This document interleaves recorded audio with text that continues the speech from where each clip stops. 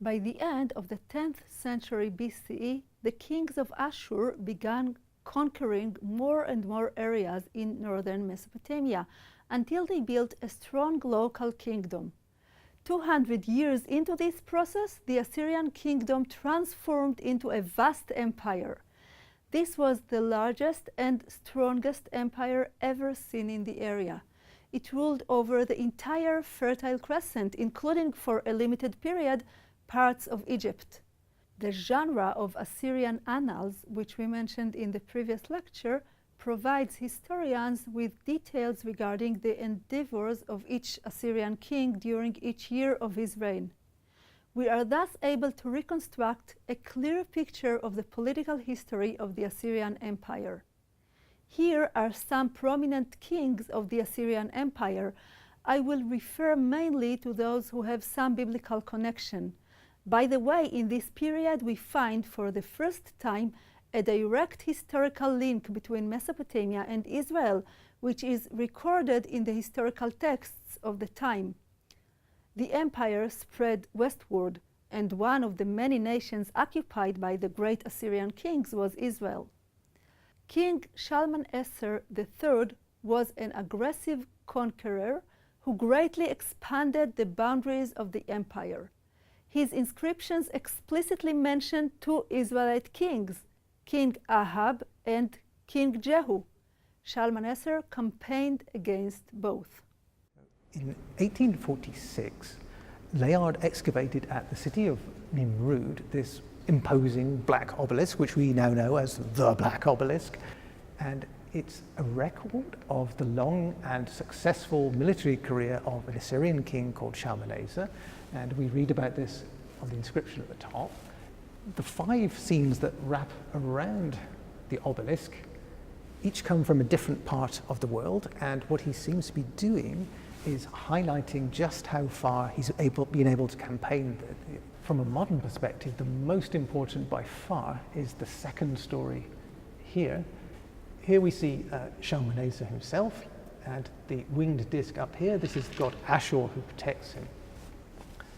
Groveling on the ground is the figure, the key figure of the scene, and the caption tells us that this is somebody called Yahu from the house of Umri.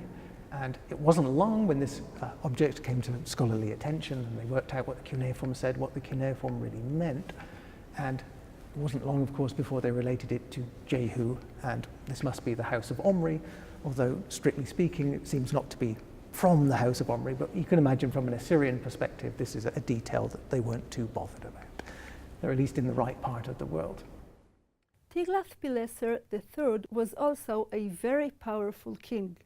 He conquered extensive areas of the Kingdom of Israel, exiling many of its inhabitants.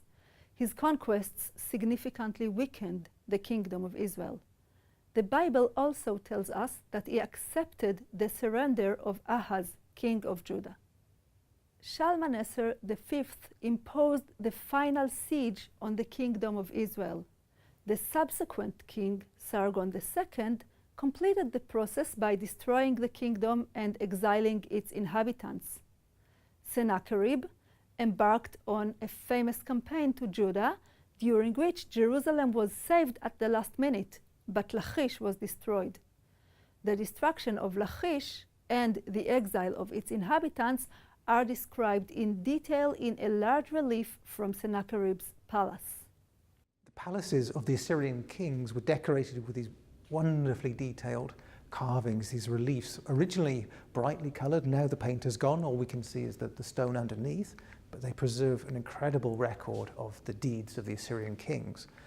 These come from the southwest palace at Nineveh, the palace without a rival, and here we can see at the start the Assyrian army mustering, attacking somebody, some poor unfortunate rebel or enemy. This is the key to the entire battle scene.